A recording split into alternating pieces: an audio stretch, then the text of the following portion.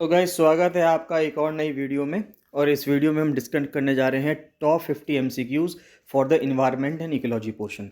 तो पर्यावरण और पारिस्थितिकी से बहुत ही महत्वपूर्ण 50 सवाल हम डिस्कस करने जा रहे हैं। इंग्लिश और हिंदी दोनों लैंग्वेजेस में है, तो सभी स्टूडेंट्स के लिए बहुत ही ज़्यादा बेनिफिशियल रहेगा। गाइस स्टार्ट करने से पहले बताना चाहूँगा कि अगर आपने let's crack it with Abhishek Gupta का यूट्यूब चैनल सब्सक्राइब नहीं किया है तो उसको जरूर से जरूर सब्सक्राइब कर लीजिएगा। और let's crack it with Abhishek Gupta का फ्री टेलीग्राम चैनल भी है, जिसका लिंक आपको वीडियो के डिस्क्रिप्शन में मिल जाएगा, तो इसको भी जरूर से ज़रूर ज्वाइन कर लीजिएगा। गाइस आगे आने वाले जितने भी उत्तराखंड के अंदर एग्जाम्स होने जा रहे हैं, चाहे वो आर ओ का हो, advocate general, state election commission का हो, या अपर पीसीएस हो, लोअर पीसीएस हो, सभी के लिए बहुत ज़्यादा इंपॉर्टेंट क्वेश्चंस होने वाले हैं ये। तो आप इनको बहुत ध्यान से कवर करते रहिएगा। अंत तक वीडियो को देखिए, 50 के 50 सवाल सॉल्व करिए और लास्ट में कमेंट सेक्शन में कमेंट करके ज़रूर बताइएगा कि आउट ऑफ 50 आपको कितने सवालों के सही जवाब पता थे। उससे ये भी टेस्ट होता रहेगा कि आप कितना अच्छा कर पा रहे हैं।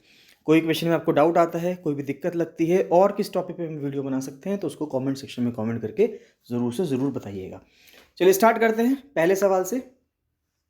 तो पहला सवाल कहता है कि which of the following is the largest carbon sink in the world, यानी कौन विश्व का सबसे बड़ा कार्बन सिंक है। कार्बन सिंक क्या होता है, यानी कि जहां पर सबसे ज़्यादा कार्बन जो है वो डंप हो जाता है, सिंक हो जाता है, या वो बॉडी सबसे ज़्यादा मात्रा में कार्बन को सोख लेती है।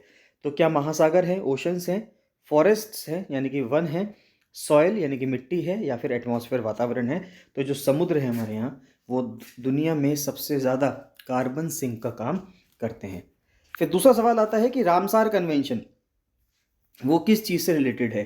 क्या वो एंडेंजर्ड स्पीशीज़ यानी कि जो लुप्त प्राय जीव हैं उनसे मैटर करता है क्या, वेटलैंड कंजर्वेशन आर्द्र भूमि का जो आरक्षण संरक्षण है उससे, डेजर्टिफिकेशन मरुस्थलीकरण से, या ग्लोबल वार्मिंग से। तो रामसार कन्वेंशन जो है वो वेटलैंड कंजर्वेशन से है। तो वेटलैंड जो है पूरी दुनिया भर में, उसके लिए ये कन्वेंशन बनाया गया था। रामसार अपने आप में एक शहर था ईरान में, 1971 के अंदर वहाँ पर एक मीटिंग होती है और रामसार शहर में मीटिंग होती है। इसी वजह से कुछ आर्द्र भूमियों को, वेटलैंड्स को रामसार साइट का स्टेटस दिया गया है। उत्तराखंड के अंदर हम देखें तो एक ही रामसार साइट है, आसन बैराज जो है, या आसन कंजर्वेशन रिजर्व, या आसन जो वेटलैंड है, वो एकमात्र वेटलैंड है उत्तराखंड के अंदर। पूरे भारत में कितने वेटलैंड्स हैं उसको आपको कमेंट सेक्शन में कमेंट करके बताना है। नेक्स्ट क्वेश्चन आता है क्वेश्चन नंबर थर्ड कि which layer of the atmosphere contains the ozone layer. तो वायुमंडल की किस परत में ओजोन परत होती है। ट्रोपोस्फेयर में यानी कि शोभ मंडल में, स्ट्रेटोस्फेयर में यानी कि समताप मंडल में, फिर मीजोस्फेयर में, और फिर थर्मोस्फेयर में। तो आपको बताना है कि इनमें से कौन सी लेयर ऐसी है जो ओजोन लेयर को कंटेन करके रखती है। तो वो मोस्ट प्रोबेबली स्ट्रेटोस्फेयर यानी कि जो समताप मंडल है उसमें होता है। नेक्स्ट आता है कि जो फिनोमिना है बायोमैग्निफिकेशन का, ये किस चीज़ से रेफर करता है। तो बायो मैग्निफिकेशन का रेफर करता है decrease in biomass at higher trophic level, यानी कि उच्च जो पोषी स्तर है वहाँ पर बायोमास में कमी आ जाती है। फिर increase in concentration of pollutants at higher trophic levels, तो उच्च पोषी स्तर पर जैसे जैसे हमारा जो ट्रॉफिक लेवल है यानी कि जो पोषी स्तर है वो बढ़ता चला जाता है, वैसे वैसे जो प्रदूषण जो प्रदूषक होते हैं उनकी जो सांद्रता है, कॉन्सेंट्रेशन है, उसमें वृद्धि हो जाती है। फिर तीसरा कहता है कि increase in population size at higher trophic levels, जनसंख्या में वृद्धि हो जाती है, या नन ऑफ द अबव अगर हम देखें तो इसका सही आंसर है ऑप्शन नंबर बी। पॉल्यूटेंट्स जो हैं यानी कि जो प्रदूषक हैं उनकी जब कॉन्सेंट्रेशन बढ़ती चली जाती है तो ट्रॉफिक लेवल जैसे जैसे ऊपर उठता है तो उसको हम क्या बोलते हैं, बायो मैग्निफिकेशन बोलते हैं। देखिए बायो मैग्निफिकेशन, मैग्नीफाई का क्या मतलब होता है, किसी चीज़ का बढ़ना, और बायो का मतलब क्या है यहाँ पे, बायोलॉजिकल जो चीज़ें होती हैं, जैसे कि यहाँ पे पॉल्यूटेंट्स ही क्यों ना हो। ठीक है। फिर नेक्स्ट क्वेश्चन आता है क्वेश्चन नंबर फिफ्थ अगर हम देखें तो विच of the following gases has the highest global warming potential, यानी कि इन चार गैसेस में से कौन सी गैस ऐसी है जिसमें ग्लोबल वार्मिंग करने की पोटेंशियल सबसे ज़्यादा है। क्या कार्बन डाइऑक्साइड है, मीथेन है, नाइट्रस ऑक्साइड है, या क्लोरोफ्लोरोकार्बन्स हैं। तो जो सबसे ज़्यादा ग्लोबल वार्मिंग पोटेंशियल करने का जो है वो किस गैस के पास है, वो क्लोरोफ्लोरोकार्बन के पास है, इन चारों गैसेस में से। फिर नेक्स्ट आता है चिपको मूवमेंट, इसमें से किस चीज़ से एसोसिएटेड था। एफॉरेस्टेशन से था क्या, यानी कि वन रोपण से, वाइल्ड लाइफ कंजर्वेशन से था, वन्य जीव संरक्षण से, फॉरेस्ट कंजर्वेशन से था, वन संरक्षण से, या मिट्टी के मृदा के कंजर्वेशन से था, मृदा के संरक्षण यानी कि सॉइल कंजर्वेशन से था। तो चिपको मूवमेंट में क्या हुआ था, उत्तराखंड से चिपको मूवमेंट स्टार्ट हुआ था। आपको कमेंट सेक्शन में कमेंट करके बताना है वो ज़िला और वो गांव का नाम जहाँ से जो गौरा देवी थी वो बिलोंग करती थी, जिन्होंने चिपको मूवमेंट में एक बढ़ चढ़कर हिस्सा लिया था, और किसने चिपको मूवमेंट स्टार्ट किया था। ये सब तरह के सवाल जो इसमें पूछे जाते हैं वो आप कमेंट सेक्शन में कमेंट करके देंगे। जो सही बिल्कुल सही उत्तर कमेंट करेगा, जितने भी क्वेश्चन इसमें पूछे जाएंगे उसके कमेंट को पिन कर दिया जाएगा। ठीक है, तो चिपको मूवमेंट इसमें से किस चीज़ से एसोसिएटेड था? चिपको मूवमेंट था फॉरेस्ट कंजर्वेशन से। फिर नेक्स्ट क्वेश्चन आता है, जो टर्म है इकोटोन, ये किस चीज़ के लिए डिफाइन करता है? इकोटोन का क्या मतलब है, क्या तात्पर्य है? तो क्या एक डिग्रेडेड इकोसिस्टम को, यानी कि जो एक खराब पारिस्थितिकी तंत्र होता है उसको बताने का तरीका है क्या इकोटोन? नहीं, ऐसा तो नहीं है। एक जोन है ट्रांजिशन का बिटवीन टू इकोसिस्टम्स। हाँ, ये हो सकता है कि दो पारिस्थितिकी तंत्रों के बीच की जो स्थिति होती है, जो वहाँ पे एक ट्रांजिशन जो है, यानी कि संक्रमण का जो क्षेत्र है, क्या वहाँ पर इकोटोन होता है? बिल्कुल। हाईली फर्टाइल एग्रीकल्चर जोन, ऐसा कुछ नहीं है। हेवीली पॉल्यूटेड एरिया, ऐसा नहीं है। तो इसका ऑप्शन नंबर बी जो है वो बिल्कुल सही बात है, कि जब दो पारिस्थितिकी तंत्र में चेंज आ रहा हो। जैसे फॉर एग्जाम्पल आप ऐसे माने, अगर हम अफ्रीका को लें तो अफ्रीका के अंदर जो डेमोक्रेटिक रिपब्लिक ऑफ कॉन्गो है, या जायरे वाला जो देश है, जिम्बाब्वे वाला देश जो है, वहाँ पर अगर आप इससे ऊपर वाले में देखेंगे तो वहाँ पे इक्वेटोरियल फॉरेस्ट है जहाँ से नील नदी निकलती है। उस इक्वेटोरियल फॉरेस्ट से ऊपर जाएंगे तो आपको धीरे धीरे सवान्ना के ग्रासलैंड्स मिलेंगे। तो अगर मान लेते हैं ये अफ्रीका है, इसको मैं क्लियर कर देता हूँ, आपको दोबारा देखने को मौका मिलेगा। तो मान लेते हैं ये अफ्रीका है, अगर आप इस तरह से समझ पा रहे हैं तो ठीक है, ये इस तरह से अफ्रीका है, यहाँ पे फिर भारत आएगा। तो यहाँ पर आपको क्या देखने के लिए मिलेगा? यहाँ पे आपको एवरग्रीन फॉरेस्ट देखने के लिए मिलेंगे, सदाबहार वन देखने को मिलेंगे। इससे ऊपर की तरफ जाएंगे तो यहाँ पे सवाना ग्रासलैंड्स मिलेंगे, इसके नीचे जाएंगे सवाना ग्रासलैंड्स मिलेंगे, इसके ऊपर जाएंगे तो आपको सहारा रेगिस्तान यानी कि डेजर्ट मिलेगा, इसके नीचे जाएंगे तो यहाँ पे नामीब डेजर्ट मिलेगा, आपको साउथ अफ्रीका का डेजर्ट मिलेगा। तो इस तरह से आपको डेजर्ट मिलेंगे। तो अब आप देखिए यहाँ पे एवरग्रीन फॉरेस्ट हैं, इस एवरग्रीन फॉरेस्ट और सवाना के बीच में जब ऐसा हो रहा होगा कि एवरग्रीन फॉरेस्ट के जो पेड़ हैं वो ख़त्म हो रहे होंगे और सवाना के जो ग्रासलैंड्स हैं, यानी कि जो घास के मैदान है, जब वो शुरू हो रहे होंगे तो वहाँ पर जो क्षेत्र होगा उसको इकोटोन बोलेंगे। धीरे धीरे जब सवाना के ग्रासलैंड्स यानी कि जो घास के मैदान है वो ख़त्म हो रहे होंगे और रेगिस्तान शुरू होने वाला होगा, तो वो जो जगह होगी जहाँ पर धीरे धीरे हमें दिख रहा है कि थोड़ी थोड़ी दूर जाते जाते कि घास ख़त्म होती जा रही है और रेगिस्तान दूर से दिखने लगा है, वो जो क्षेत्र है उसको इकोटोन बोलते हैं। वो एक संक्रमण का क्षेत्र है। ठीक है, फिर नेक्स्ट क्वेश्चन आता है, तो ये ऑप्शन नंबर बी हो गया, a zone of transition between two ecosystem. तो ओशन एसिडिफिकेशन का अगला क्वेश्चन पूछा जाता है, क्वेश्चन नंबर 8, कि what is the primary cause of ocean acidification, यानी कि जो समुद्र का, महासागर का जो अम्लीकरण हो रहा है, ओशन का जो पानी है, समुद्र का पानी ज़्यादा एसिडिक होता जा रहा है, उसका क्या कारण है? क्या प्लास्टिक पॉल्यूशन है, ऑयल स्पिल है, या ओशन एटमॉस्फेयर से CO2 एब्जॉर्ब कर रहा है, या यूट्रोफिकेशन है? देखिए यूट्रोफिकेशन क्या होता है, धीरे धीरे जब पानी के अंदर बहुत सारे इम्प्योरिटीज़ आ जाती हैं तो उसके वजह से पानी जो है और बहुत ज़्यादा ऑक्सीजन को कैप्चर तो करता ही है, साथ ही साथ वो क्या करता है, वहाँ पर बहुत ज़्यादा पेड़ उगने लगते हैं उस न्यूट्रिएंट, उस मिनरल की वजह से उस पानी में। इसके वजह से उस लेक में, उस पॉन्ड में क्या होता है, बाहर से रोशनी नहीं जा पाती और नीचे जो लेक होता है वो धीरे धीरे ख़त्म हो जाता है। तो यहाँ पर प्राइमरी कॉज क्या है ओशन एसिडिफिकेशन का, भी हमने ऊपर डिस्कस किया कि समुद्र जो है सबसे बड़ा लार्जेस्ट सिंक है। तो लार्जेस्ट सिंक किसका है? ग्रीन हाउस गैसेस का है, हार्मफुल गैसेस का है। तो इसमें कार्बन डाइऑक्साइड को बहुत ज़्यादा एब्जॉर्ब करता है।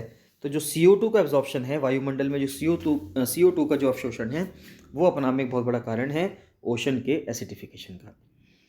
नेक्स्ट क्वेश्चन आता है, क्वेश्चन नंबर 9, कि which of the following is a keystone species in Indian ecosystems. तो एक की स्टोन जो स्पीशीज हैं, एक प्रमुख प्रजाति जो है भारतीय पारिस्थितिकी तंत्र में, वो कौन सी है? क्या वो बाघ, टाइगर है, काव है, एलिफेंट है, या एक कौवा है? तो आपको बताना है ये कौन है, ये टाइगर है। तो एक की स्टोन स्पीशीज, यानी कि की स्टोन स्पीशीज एक ऐसी स्पीशी होती है जिसके ऊपर खास ध्यान दिया जाता है, जो पूरे के पूरे इकोसिस्टम को बनाने में मदद करता है, तो वो टाइगर है। फिर national biodiversity authority was established under which act. तो 4 एक्ट आपको दिए गए हैं, 4 अधिनियम आपको दिए गए हैं। इनमें से आपको बताना है कि नेशनल बायोडाइवर्सिटी अथॉरिटी को इस्टेब्लिश किया गया था इनमें से किस एक्ट के तहत? फॉरेस्ट कंजर्वेशन एक्ट 1980 में, बायोलॉजिकल डाइवर्सिटी एक्ट 2002 में, वाइल्ड लाइफ प्रोटेक्शन एक्ट 1972 में या इन्वायरमेंट प्रोटेक्शन एक्ट 1986 में। तो उसके साथ में जो हिंदी काउंटर पार्ट्स हैं वो भी यहाँ पे लिख दिए गए हैं, तो आप इसको देख सकते हैं। क्या वन संरक्षण अधिनियम है, या जैव विविधता अधिनियम है, वन्य जीव संरक्षण अधिनियम 1972 है, और पर्यावरण संरक्षण अधिनियम 1986 है। तो इसका सही उत्तर क्या होगा?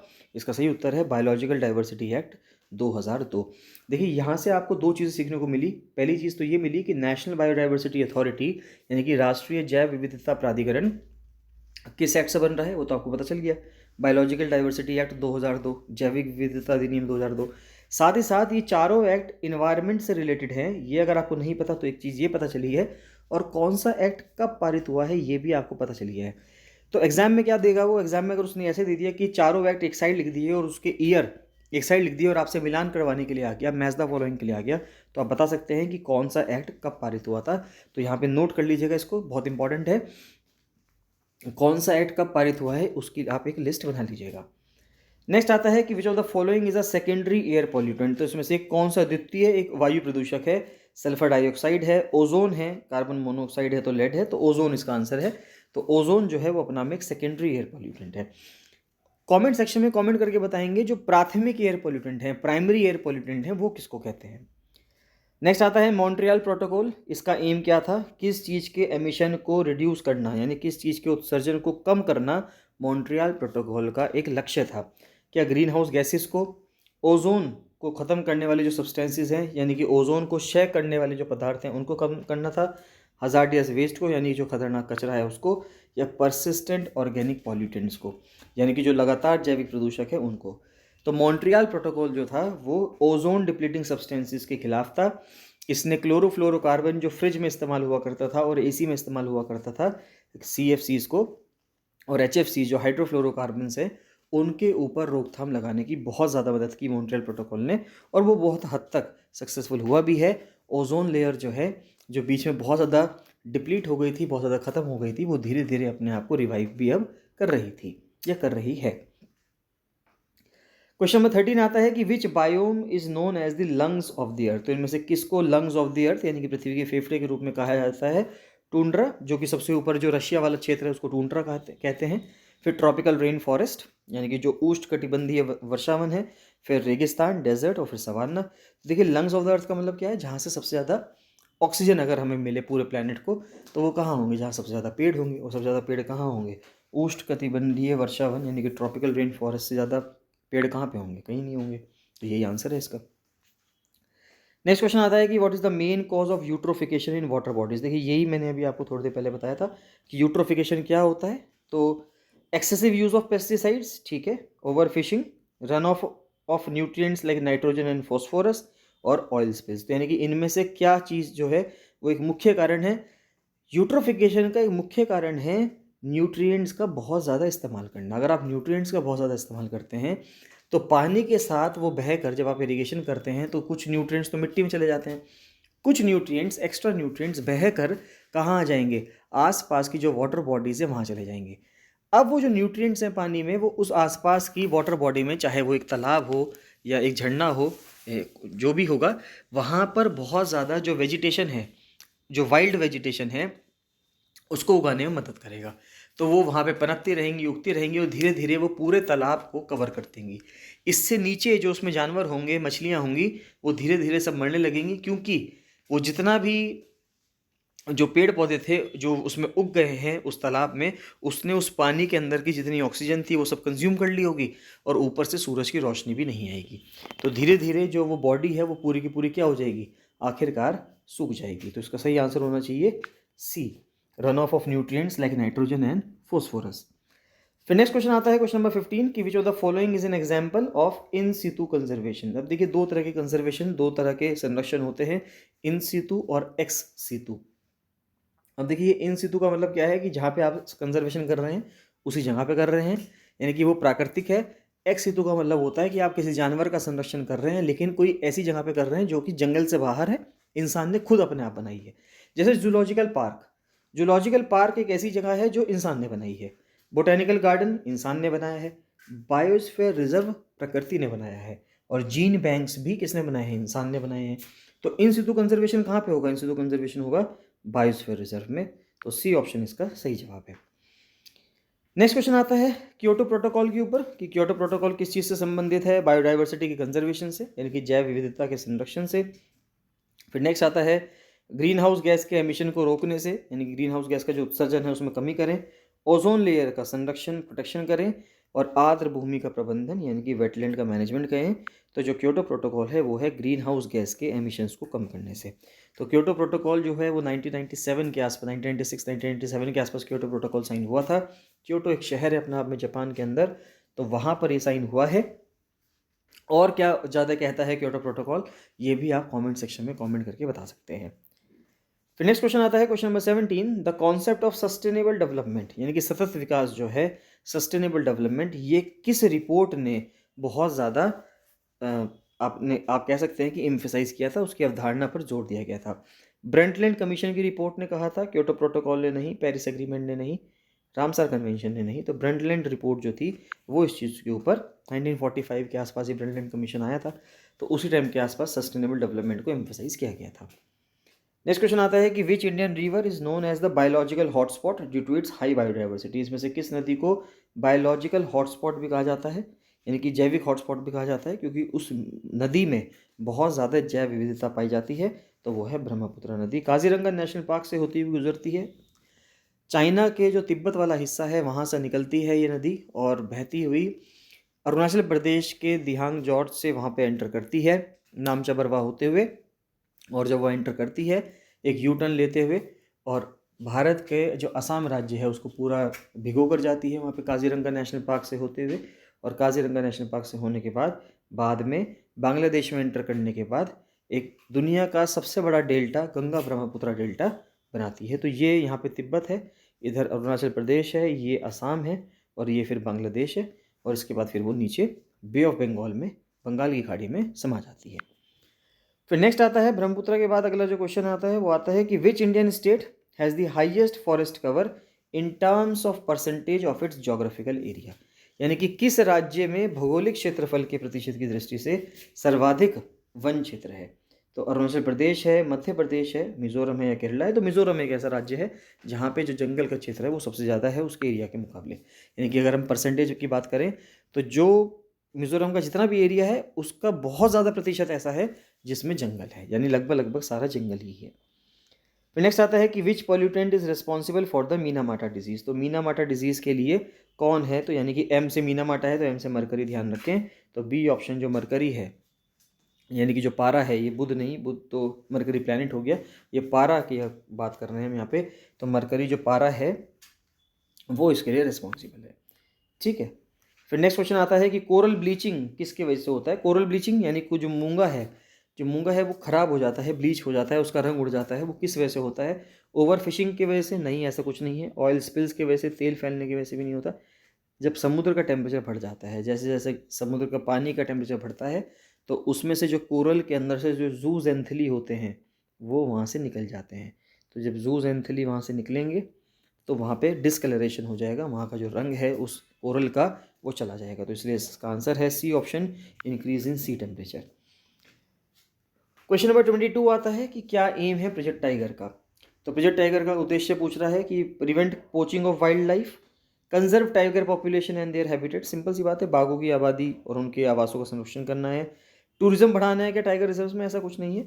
अवेयरनेस बढ़ानी है टाइगर्स के बारे में, ये भी है, लेकिन मुख्य कारण तो भी हम मानेंगे कि टाइगर की पॉपुलेशन को कंजर्व करना है और उसका जो आवास है, प्राकृतिक आवास है, उसकी जो हैबिटेट है उसको बचा के रखना है। नेक्स्ट आता है ग्रीन क्लाइमेट फंड, ये इस्टेब्लिश किया गया था किस फ्रेमवर्क के अंडर। तो हरित जलवायु कोष, इसकी स्थापना किसमें की गई थी। पेरिस एग्रीमेंट में की गई है, क्योटो प्रोटोकॉल के तहत की गई है, या यूनाइटेड नेशंस का जो फ्रेमवर्क कन्वेंशन है क्लाइमेट चेंज का उसके तहत की गई है, या कन्वेंशन ऑन बायोलॉजिकल डाइवर्सिटी जो CBD है उसके तहत की गई है। तो इसका ऑप्शन नंबर सी जो है UNFCCC, जिसकी मीटिंग हम करते आ रहे हैं, UNFCCC की मीटिंग करते आ रहे हैं, सबसे पहले रियो डी जेनेरियो में हुई, रियो समिट 1992-1993 के आसपास, तब से लेके हम इसको करते आ रहे हैं। फिर नेक्स्ट आता है मैंग्रूव्स सर्व करते हैं एक इंपॉर्टेंट रोल। तो मैंग्रूव्स जो हैं बहुत इंपॉर्टेंट रोल प्ले करते हैं, जिससे कि समुद्र ज़मीन के तरफ जो लैंड वाला एरिया है वहाँ पे ना बढ़े ज़्यादा और समुद्र का पानी वहीं रुका रहे, जो किनारे हैं धरती के वो ख़राब ना हो। मैंग्रूव्स उसके लिए एक बहुत इंपॉर्टेंट रोल प्ले करते हैं। तो मैंग्रूव्स एक किसके लिए काम करते हैं, क्या सॉयल कंजर्वेशन के लिए, हाँ करते तो हैं, कार्बन सिक्विस्ट्रेशन के लिए और कोस्टल प्रोटेक्शन के लिए देखा जाए तो सभी के लिए करते हैं। हाँ बिल्कुल सही answer, all of the way भी है, क्योंकि कोस्टल प्रोटेक्शन भी करते हैं, तट की सुरक्षा भी करते हैं, कार्बन का सिक्विस्ट्रेशन, कार्बन को सोखते भी हैं और मिट्टी को भी बचाते हैं शरण होने से। नेक्स्ट आता है रेड डेटा बुक किस चीज़ की इन्फॉर्मेशन देता है? एंडेंजर्ड स्पीशीज़ की, एक्सटिंक्ट स्पीशीज़ की, प्रोटेक्टेड एरियाज। एरियाज तो नहीं होगा, ए और बी मेरे ख्याल से आंसर होगा कि जो लुप्त प्राय प्रजातियां और विलुप्त प्रजातियां हैं, यानी कि जो डी ऑप्शन है, ए और बी दोनों, ये इसका आंसर है। फिर आता है कि which of the following pollutants causes acid rain. तो इनमें से कौन सा पॉल्यूटेंट ऐसा है जिसके वजह से अम्लीय जो वर्षा होती है, एसिड रेन होता है, वो होता है? तो पर्टिकुलेट मैटर की वजह से नहीं होगा। सल्फर डाइऑक्साइड और नाइट्रोजन ऑक्साइड, हाँ इससे हो सकता है। सल्फर डाइऑक्साइड की वजह से H2SO4 सल्फ्यूरिक एसिड बनेगा और नाइट्रोजन ऑक्साइड की वजह से HNO3 आप कह सकते हो बन सकता है।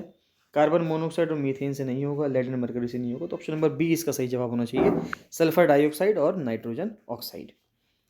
फिर नेक्स्ट आता है जो टर्म है ब्लू कार्बन, इसका क्या मतलब है? तो ब्लू कार्बन का मतलब है कि कार्बन स्टोर्ड इन आइस कैप्स, ये नहीं होना चाहिए।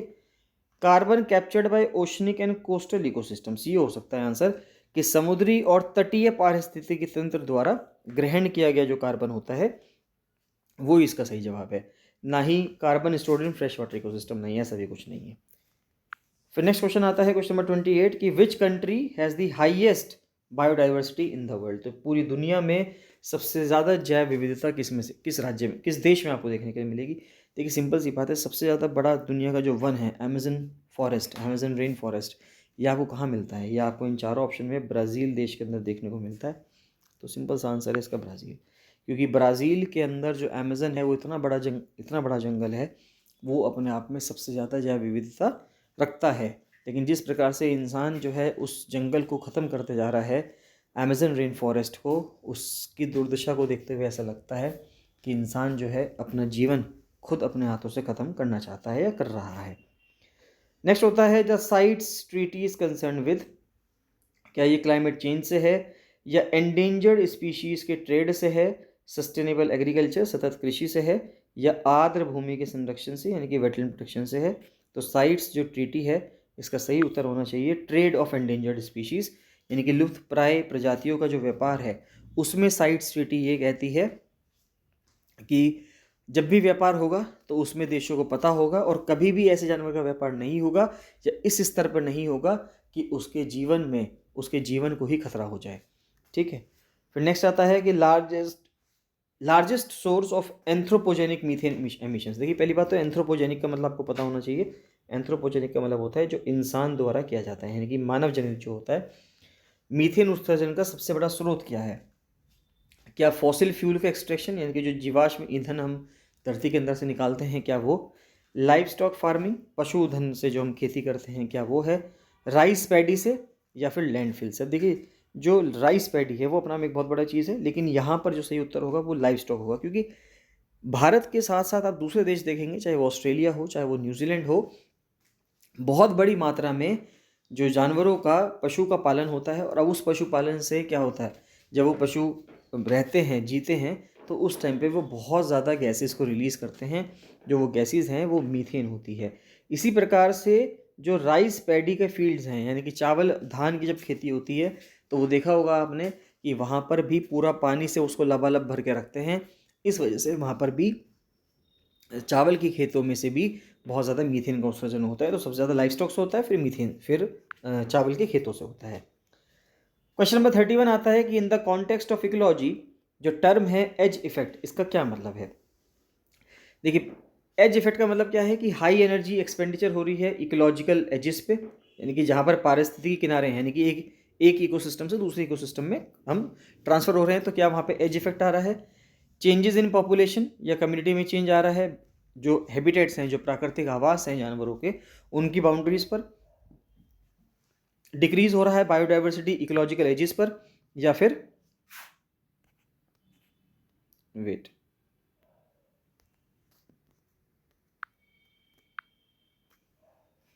या फिर नन ऑफ द अबव।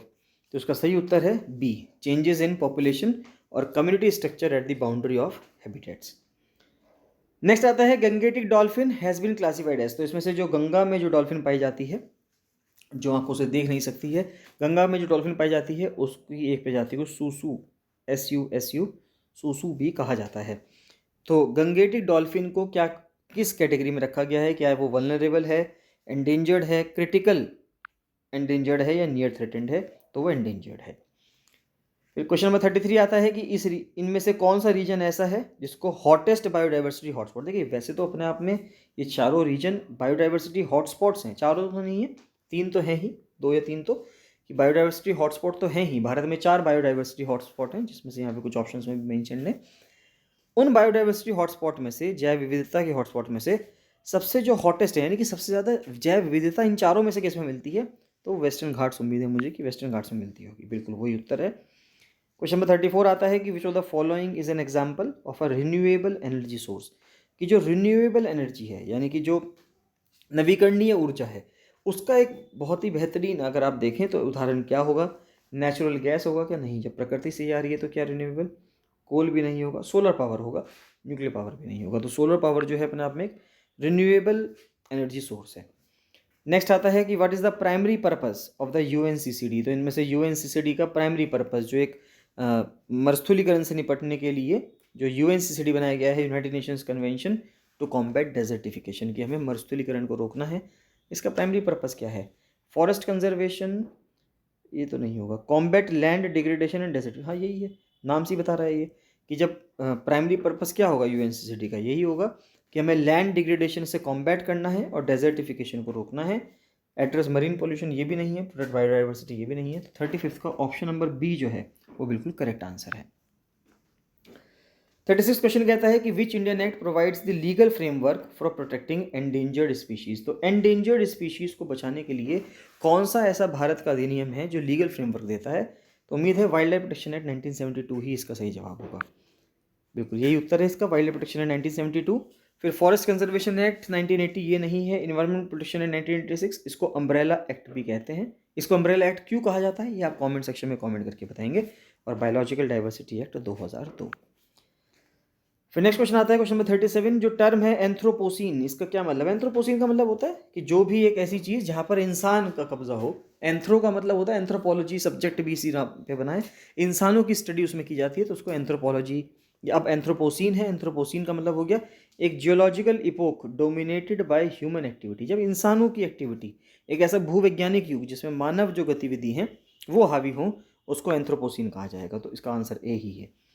फिर आता है कि which Indian organisation publishes the state of forest report? तो इसमें से स्टेट ऑफ फॉरेस्ट रिपोर्ट कौन जारी करता है? फॉरेस्ट सर्वे ऑफ इंडिया, तो एफएसआई करता है। नेक्स्ट क्वेश्चन आता है क्वेश्चन नंबर 39, तो जो टर्म है बायोलॉजिकल ऑक्सीजन डिमांड, बीओडी, ये किस चीज़ का इंडिकेटर है? तो बीओडी जो है वो वाटर की क्वालिटी का इंडिकेटर है, तो ए इसका सही आंसर होगा, पानी की गुणवत्ता का।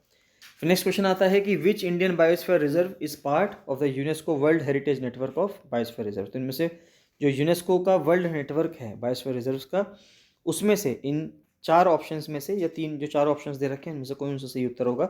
नीलगिरी, डिब्रू साइखोवा या नंदा देवी या सभी? तो सभी जो हैं बायोस्फीयर रिजर्व जो ऑप्शंस में गिवन है वो यूनेस्को का जो वर्ल्ड नेटवर्क है बायोस्फीयर रिजर्व का, उसके हिस्से हैं। फिर नेक्स्ट क्वेश्चन आता है क्वेश्चन नंबर 41 को अगर हम देखें तो कि अमृता देवी बिश्नोई एसोसिएटेड हैं इनमें से किस इन्वायरमेंटल मूवमेंट में? चिपको मूवमेंट में या साइलेंट वैली मूवमेंट को सेव करने के लिए? साइलेंट वैली अपने आप में एक नेशनल पार्क है केरला में। बिश्नोई मूवमेंट में या नर्मदा बचाओ आंदोलन में? तो उसका सही आंसर है बिश्नोई मूवमेंट। अब देखिए नाम से समझ में आ रहा है, बिश्नोई कम्युनिटी है राजस्थान की। ग्रेट इंडियन बस्टर्ड हो चाहे ब्लैक बक हो, इन सब को बचाने के लिए बिश्नोई कम्युनिटी जो है बहुत ज़्यादा तत्पर रहती है। आजकल कुछ नेगेटिव फेसेस भी हैं जो चर्चा में रहते हैं, न्यूज़ में रहते हैं, बहुत ज़्यादा अपनी एक्टिविटीज़ के वजह से बिश्नोई समुदाय से बिलोंग करते हैं कुछ। नेक्स्ट आता है जो टर्म है ग्रीन जीडीपी, उसका क्या मतलब है? ग्रीन जीडीपी क्या मेजर करती है? कि टोटल कार्बन एमिशन कितना हो रहा है देश में, या इकोनॉमिक ग्रोथ को कितना एडजस्ट किया जा रहा है इन्वायरमेंटल डिग्रेडेशन की वजह से, एग्रीकल्चर से या फॉरेस्ट के सेक्टर से यानी कृषि और वानिकी क्षेत्रों से सकल घरेलू उत्पाद कितना आता है, या सस्टेनेबल डेवलपमेंट के कितने प्रोजेक्ट चल रहे हैं यानी कि सतत विकास की क्या परियोजनाएं चल रही हैं, इनमें से कौन सी चीज़ के लिए ग्रीन जीडीपी मेजर करती है? तो उसके लिए मेजर करती है कि इन्वायरमेंटल डिग्रेडेशन के लिए इकोनॉमिक ग्रोथ को आप कितना एडजस्ट कर रहे हैं, वो ग्रीन जीडीपी बताती है। फिर क्वेश्चन नंबर 43 आता है कि which species is the primary pollinator in the tropical ecosystem, यानी कि जो उष्ण कटिबंधीय पारिस्थितिकी तंत्र हैं वहाँ पे एक प्राथमिक परागण करता है, यानी कि जो पॉलिनेटर है जिससे कि बहुत ज़्यादा प्रोडक्शन हो सकता है। प्रकृति कैसे काम करती है? प्रकृति बीज, जो हनी बी और जो मधुमक्खियाँ हैं, ततैयाँ हैं, ये सब लोग जो हैं काफ़ी काम करते हैं इसके लिए। तो बीज इसका आंसर होना चाहिए। यस, यही आंसर है।